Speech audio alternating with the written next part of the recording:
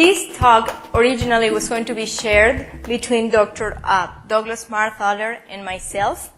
For some personal situation, Dr. Marthaler cannot be here today, and I'll be doing my best to try to explain you the information that he passed on to me. And like I said, I'll do my best. I am not a molecular biologist by any means, but I'll try to explain it. For this presentation, I will be talking to you about three aspects. First of all, what is it that we call molecular characterization, and how do we do it? What are the tools that are available that we can use for this purpose, and how to use that information. That will be the most important area I'm pretty sure that everybody is interested in. When we hear or read or know about molecular characterization of anything, right, we think about DNA. This is what we're going to be looking at. And something that is very common when you read about these things is that these molecular tools and molecular studies always shed light. To me, this is a way to see, well, you have the results there, and you'll have to find a way to make it useful. So you'll get the result, and then you will have to be creative in how you're going to be using it and getting the information out of it, okay? The results will be there, the tools are developed, you will have to make it work for you, okay? In the pig world, we use these molecular characterizations most times for epidemiological investigations, outbreak investigations, knowing where, if we find something, if we know how to identify it, where did it come from, we try to see what is around in the neighboring systems and see whether we can establish a relationship or a potential route of transmission in that case. Also, for surveillance, in clinical cases is used. Molecular characterization of Mycoplasma hyopneumoniae is not new. And for many years, in many places, this has been attempted.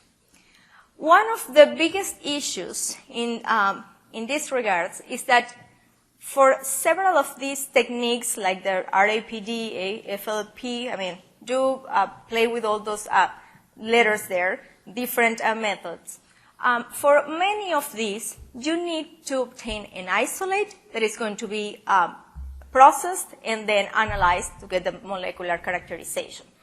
And for Mycoplasma hyopneumoniae, it is not a secret that this is a very difficult pathogen or microorganism to be isolated. So getting that first isolate to be able to characterize it is a very difficult step. Because of that, other techniques, other methods have been employed, and more recently we're talking mostly about sequencing and MLVA for characterization of Mycoplasma hyopneumoniae. In that case, we can use a clinical specimen, collect DNA, process that DNA, and then get a result without having to do the isolation. And we can get several samples, many samples at a time, so this is a high throughput thing that we can get going. The tools that we have currently at the University of Minnesota VDL that we're employing for molecular characterization of Mycoplasma hyopneumoniae are two.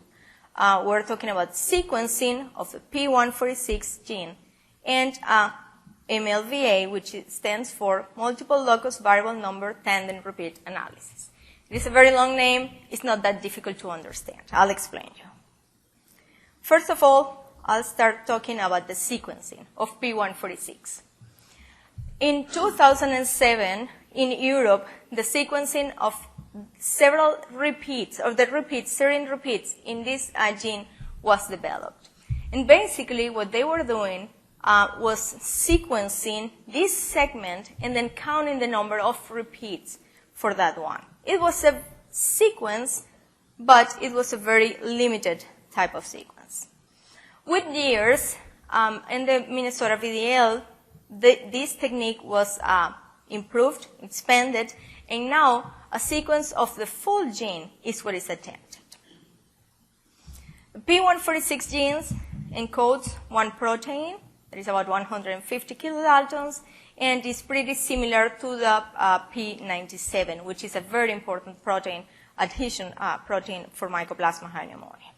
As you can see here, and this is one of the slides from Dr. Marthaler, so please bear with me here. This is the gene, the P146 gene, and there are 3 repeat regions, repeat 1, repeat 2, and repeat 3.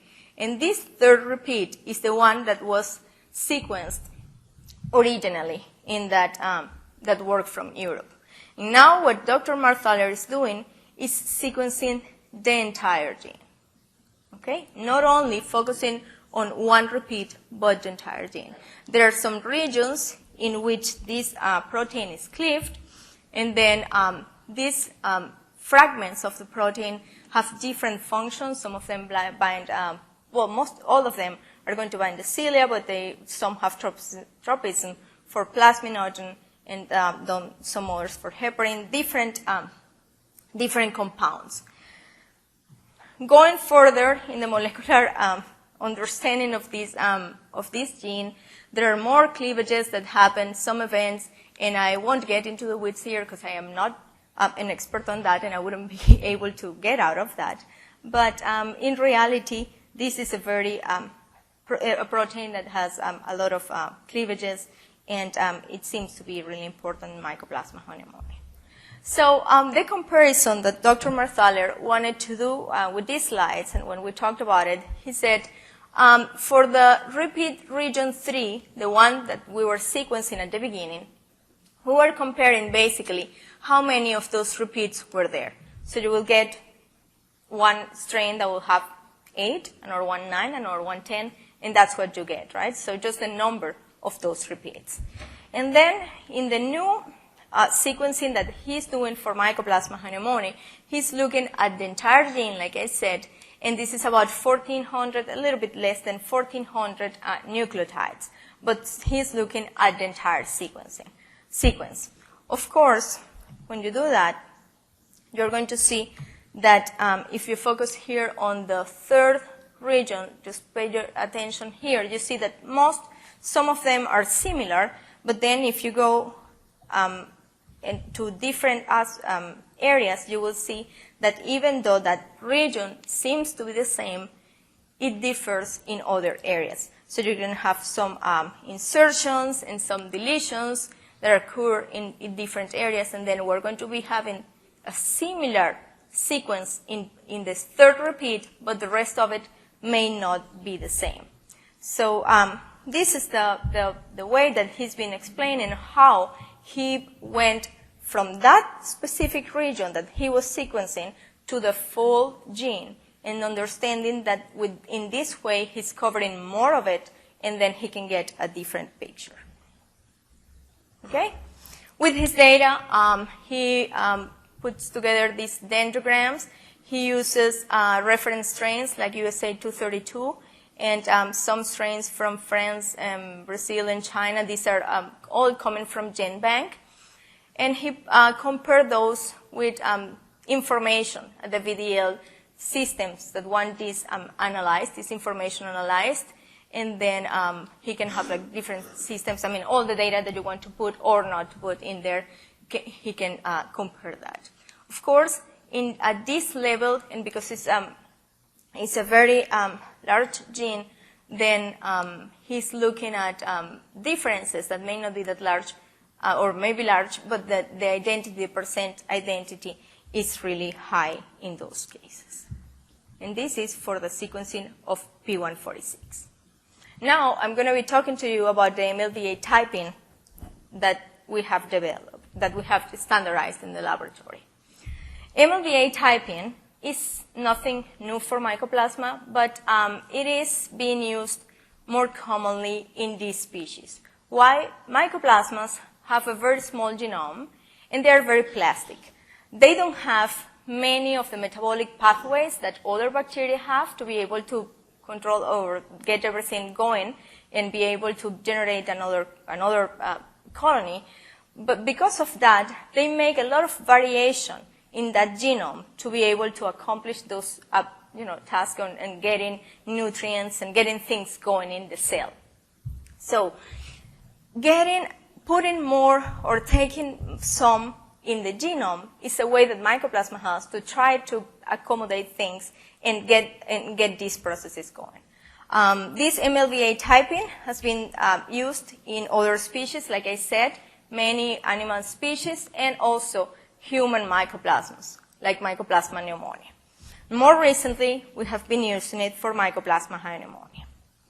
It was originally developed for this pathogen in Europe in 2011, and in this study, they selected 4 VNTRs. VNTRs are variable number tandem repeats, and those are the repeats that we are counting to see where this is different or not. The 4 VNTRs they used included P97, P146, and 2 hypothetical proteins. Those hypothetical proteins, we don't really know what they do for Mycoplasma. So what we did in the laboratory was to adapt this protocol from Europe, and we basically took out the hypothetical proteins, and we kept the proteins that are considered virulence factors for this pathogen. So we stayed looking at the repeat region 3 for P146 and repeat 1 for P97. How MLVA works? What we do is, in very simple words, we design primers for the flanking regions of those repeats. And as you can see here, there are 2 strains, right? Strain A and strain B. If you use the same pair of primers in the flanking region, in strain A, you're going to be able to get, 5 repeats here, and in this one, you will get 3 repeats. So it's just a marker telling you how many of one are there in each one of them, just primers on the sides. Why do we care about those proteins? Those are adhesion molecules that are very important for this pathogen. Remember, Mycoplasma hyopneumoniae, very small, it attaches to the tip of the cilia in the respiratory tract of the pig. And then P97 and P146 are some of the molecules that help that process. They are not the only ones, but they are some that are really important. They have a very important role in that attachment. It's been demonstrated that the number of repeats is important when we look at how the bug works. And Dr. Minion demonstrated that at least 8 repeats for P97 are needed for functional binding. So less than that means that in vitro, what he observed, that the Mycoplasma was not able to attach. Okay, so this is a very important biological aspect. Okay, for P146, this is associated as well with binding to the respiratory cilia. Okay, how do we do it? It sounds complicated, but it's not, I'm telling you. So we can get samples and you send tissues, and you can send swabs that you collect in the farm, and we can have culture as well in the laboratory, process that for DNA extraction, run a PCR. So far, it is pretty similar to any other PCR that you are used to hear about. The other thing that we do is that when we do that PCR, we used primers that have one specific fluorescence. And then those are going to be sent for analysis. And this should work. Okay. And then we are using different colors, the fluorescence, and then that's sent for a capillary electrophoresis. So it runs through the capillary, and the different colors are going to excite this light, the laser, and then different results are going to be transferred to the electropherogram. And this is the results that we see. Basically, we see peaks depending on the primers, the set of primers, and what we're looking at. So here we see, this is the original one that had 4 repeats, that we got rid of 2 of them, and then we have the markers along the way. So these are the peaks that we are measuring, how many repeats we obtained from that information. Okay. And with those results, we put together these beautiful pictures that are so complicated to explain, right? But I'll try to tell you what we've been doing in a minute. In Europe, these are results from Europe, from those first studies in which they developed this technique. They went to 3 different herds, and they sampled the pigs many times, and what they found is that there was diversity within each herd, and in some of them there was overlapping. but they found quite a bit of diversity within each herd. Okay? So we wanted to know what to do with that, in our samples from the VDL, what we could see in regards of that diversity. So for that, we started looking at the samples that were sent to the diagnostic laboratory for a period of 6 months, and we used those for MLVA analysis and compared that variability, not only for the ones that we received at the VDL, but then we expanded that to other countries, and we received samples from a couple more countries. So these samples we received from the USA, and these are submissions, like I said, so this is a biased set of samples, of course. We received submissions from 17 different states, a little bit more than 200 samples. Okay? And they were coming from at least 19 different systems. We received samples from 2 different systems in Mexico, and from 19 different systems in Brazil. Of course, this sample size is way smaller than the one we had for the US, but you gotta understand the limitations of obtaining these samples. Another question we had was regarding this test, how stable it was. Because we saw all the variability in those 3 herds. Is it because those repeats are not really stable, or because of artifacts in the method, or is it real that this is happening? So we looked at in vitro passages to see whether with in vitro passages the bug will change, and then we will be able to detect that. And what we found was that after several passages, and we did 12 passages in the laboratory of the reference strain, and we obtained all the time the same result. As you can see here, 1421 is the type of the reference strain that we're using in the laboratory. 14 refers to the number of repeats for that P97, and the 21, the second number, is the number of repeats for that region in P146. But that was in the laboratory. Okay, we passaged that, and it was the same. Would it be the same in the pig? So we had a set of samples for which we had the inoculum. We had experimentally infected pigs that were naive, totally naive to the pathogen. We had some more pigs that were vaccinated prior to infection, and some more pigs that had maternal immunity prior to infection. So we had a different range of samples that were representative of what we could see in the field. We missed the antibiotic-treated ones, but at least for immunity, we had a good set of samples.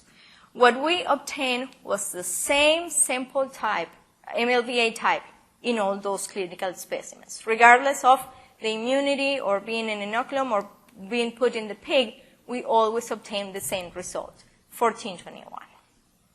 With that, we were convinced, well, this is stable, so let's use it. We put it to use, run all the samples that we obtained from the lab, and then we also calculated the discriminatory power. Is this really telling me about the difference or the things that are going there? Of course, for this calculation, the closer you are to 1 is the more that you can distinguish in between them. So the more diverse they are, and the more number of samples you have, then it helps the calculation. And that's why we have a higher discriminatory power for the U.S. samples than we have compared to Mexico and Brazil, as we didn't have that many samples. In combining all those 3 countries, the discriminatory index was 0.98, which is pretty good. Okay? So we put the data together for the U.S. samples. What is it that we can see here? This is a pretty busy minimum spanning tree. What we can tell is that there is variability, right? So it's not uniform. We see many different types. And it is really difficult at this point to say, well, what is it that it really means? Can we infer cross-protection from here? I don't think so. But at least we're seeing, well, there is variability going on. We are starting to see what it is that we're seeing out there. And then we selected only the samples from Minnesota. I'm sorry, these ones, my apologies, they don't have a color. But they had the numbers there, which are really small for you to see. but they were very different as well. So from about 100 samples, we obtained 54 different types, so really variable. And, but we had a good frequency of some of those types. For the Mexican samples, we basically had one system that had only one type and another system that had higher variability. We cannot really tell the history, behind the clinical history, the presentation behind all these samples, and that's the limitation of obtaining samples from the diagnostic laboratory, so you don't have all that background information. But we only knew, the only thing we knew was about the system, so we could see that one of them was very different. The Brazilian samples, very similar to the scenario that we saw with the US samples. They were very diverse, but something interesting was that the MLVA types had some of those types had a high number of repeats for P146 especially. And this is something that we didn't see with the US or the Mexican samples. So there is some difference there. Something else that we saw in those Brazilian samples was that whenever P97 was going down in the number of repeats, P146 seemed to increase. So we haven't really demonstrated anything, but we came up with the hypothesis that maybe the decrease in the number of repeats of P97, like I was telling you at the beginning, that it is really important, and if it has less than 8, it doesn't really bind to the cilia. Well, with the decrease of that, maybe P146 increases the number of repeats, and that's a compensatory mechanism for attachment. Just a hypothesis. Okay? So putting all the data together from US, Mexico, and Brazil, this is even more difficult to understand. But as you can see, samples, we didn't have one single sample that was shared, or same type that was shared by all the countries. So there is some separation of what we can see in Mexico and in the samples that we found in Brazil as well. So samples from Brazil and the US which were shared in many cases, Mexico and the US, but not Mexico, Brazil, and the US. We didn't really identify one of those. So that was looking at samples that were in the laboratory, but we decided, why don't we go to the field and see how it really works in a system. So we did this study with Dr. Lucina Galina and Kaylee Pettit. She was a student at the University of Minnesota then. And we wanted to go to the system and characterize that variation, that diversity in the system. This system had 3 nursery to finish sites, and they were endemically infected for Mycoplasma hyopneumoniae, and the pigs were coming from different farms. We collected 95 samples, and these were tracheal aspirates and bronchial swabs only in the mortality. Okay? And what we found is that out of these almost 100 samples, we were only able to identify 4 variants. Okay? This is pretty different to what we were seeing with the other set of samples, and this is only one system. And it is interesting to see as well that we had these types that were 921, so 9 repeats for P97, 21 for P146, and then we had 1121. So this is the one that is more common, and then one that varied only in a couple of repeats for one of those locus. Okay? And the same thing happened for this one. We had one that was more frequent, one type, the 915, and then we have a few of them that were 715. So we've been thinking of hypotheses of what may be going on here. Is it that the bug slowly starts changing, or is it recombinations that happen? But we don't really have answers for these. Just good questions. Well, in summary, I wanted to tell you, and this is something that Dr. Marthaler and I discussed quite a bit, because he's been doing the sequencing, and we came up with the MLVA, and we have the 2 techniques available at the VDL. And when the clients come and they ask, well, which one do I run? Which one do I do? And what we tell them is, when you do the sequencing, You're looking at the entire gene. You can have more discriminatory power than only doing one region. But on the other hand, when we do the MLVA typing, we are looking at some specific proteins that are virulence factors for this pathogen. So which one is the best? At this point, we don't know it. But we're trying to understand the limitations and the advantages of each one of these techniques to be able to put them together and see how we can use them. So where do we go from here? Really, we need to understand what is it that we can learn by using each one of these techniques. And ideally, we want to be able to correlate those sequences with the virulence, with the type of virulence in those pathogens. We have started one study, and this is an effort, collaborations with Dr. Eduardo Fano and Amanda Sponheim, and we want to compare and contrast, a set of samples and see by using sequencing and MLVA and having all the information. This is the beauty of this study. We have the information on the clinical presentation, location, relationships among those farms, and then trying to see which one will give us the best information at the end related to what is happening in the farms and what is it that the practitioners are seeing.